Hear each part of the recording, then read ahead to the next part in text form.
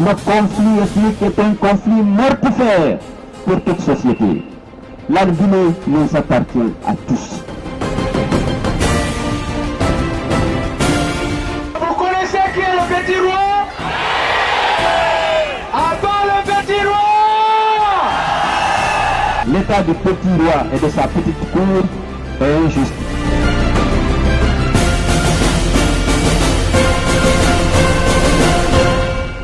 Chers compatriotes résidant à l'extérieur de la Guinée, je m'adresse humblement à vous aujourd'hui pour vous dire que la Guinée, notre patrie, a besoin de vous, vous tous qui formez la diaspora guinéenne.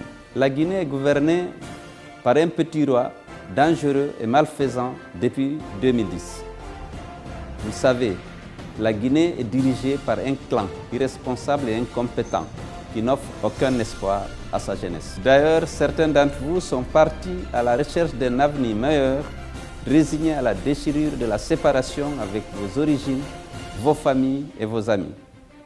Je sais que certains d'entre vous sont désabusés et pensent qu'en Guinée, rien n'est possible car il n'y a plus rien à espérer.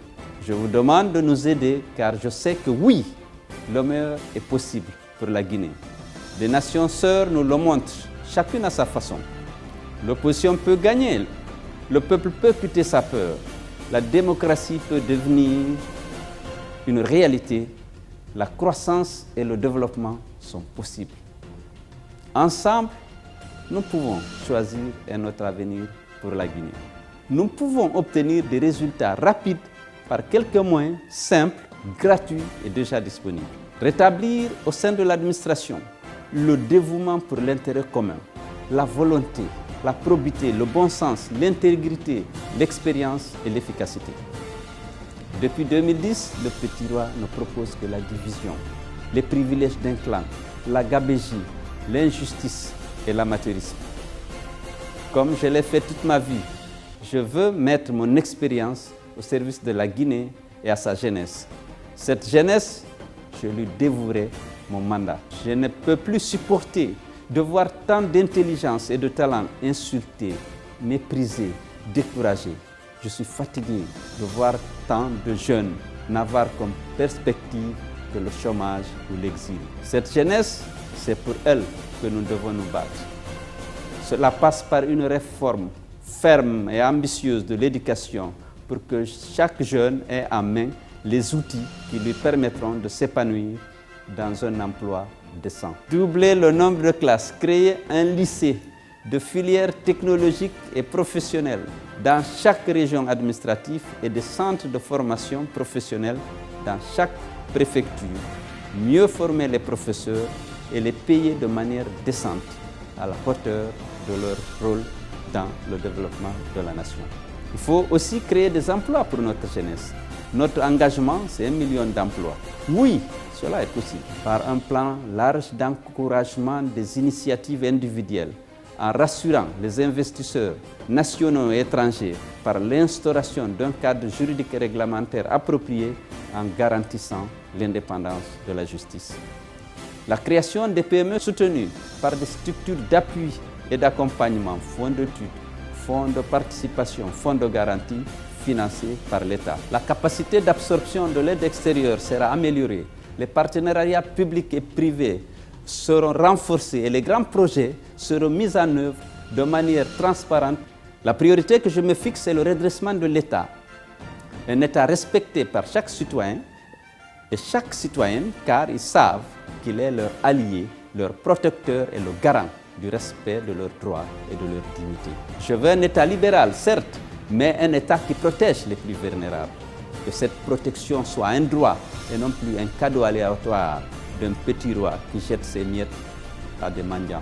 Les représentations consulaires de la République de Guinée seront multipliées afin de les rapprocher des Guinéens partout où ils habitent. Je ne veux plus qu'un Guinéen habitant à Strasbourg paye plus de 200 € de TGV pour aller refaire sa carte consulaire ou son passeport à Paris. Je souhaite réformer le système de bourse des étudiants guinéens à l'étranger pour que les bourses soient versées à temps aux bénéficiaires.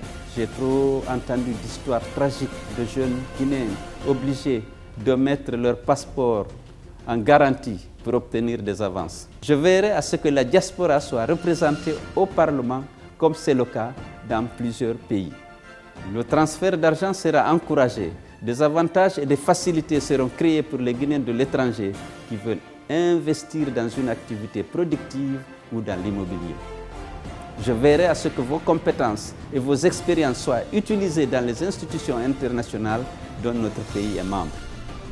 Beaucoup d'entre vous savent ce que la démocratie et l'état de droit représentent dans la vie de tous les jours.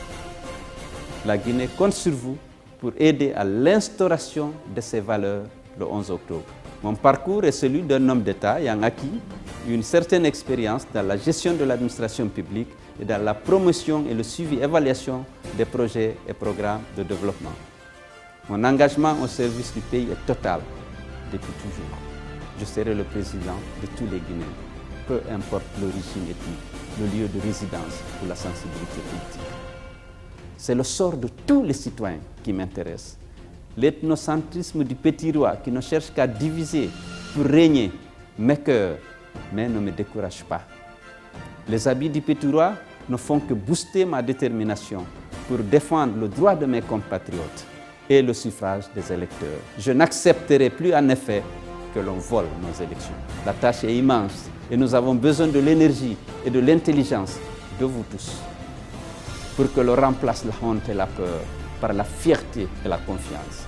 Je vous appelle donc tous le 11 octobre à faire le bon choix, celui de notre avenir que nous choisirons ensemble.